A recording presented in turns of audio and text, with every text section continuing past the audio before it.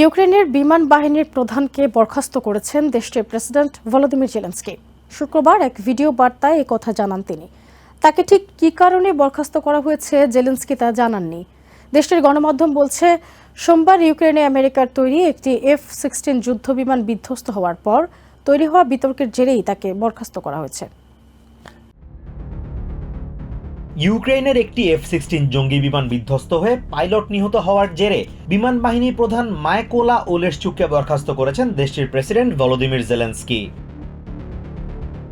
বৃহস্পতিবার রাশিয়ার বড় ধরনের একটি ক্ষেপণাস্ত্র হামলা প্রতিহত করতে গিয়ে এই দুর্ঘটনা ঘটে। এর একদিন পরেই শুক্রবার বিমান বাহিনীর প্রধানকে বরখাস্ত করেন জেলেনস্কি। ওলেশচুককে বরখাস্ত করার কোনো কারণ উল্লেখ না করলেও তার নিরাপত্তা জোরদারের কথা জানিয়েছেন জেলেনস্কি। এদিকে গণমাধ্যমে প্রকাশিত খবরে বলা হয়েছে, ইউক্রেনের পার্লামেন্ট সদস্য মারিয়ানা বেজুলা দাবি করেছেন পেট্রিয়ট এয়ার ডিফেন্স সিস্টেমের আঘাতেই বিধ্বস্ত হয়েছে F-16 বিমানটি।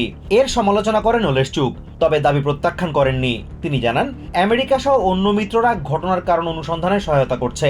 একই সাথে সাবেক বিমান বাহিনীর প্রধান বেজুলার বিরুদ্ধে বিমান বাহিনীর সুনাম ক্ষুণ্ণের চেষ্টার অভিযোগও তোলেন।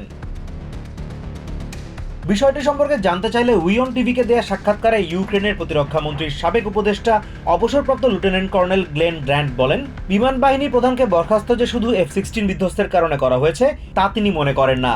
এর পেছনে অতীতের ব্যর্থতাও বড় ভূমিকা রেখেছে বলেই তার বিশ্বাস। Azimur Rashid Kanak, TVN24 news desk. New York থেকে সম্প্রচারিত TVN24 টেলিভিশন বিশ্বজুড়ে বাঙালির কণ্ঠস্বর।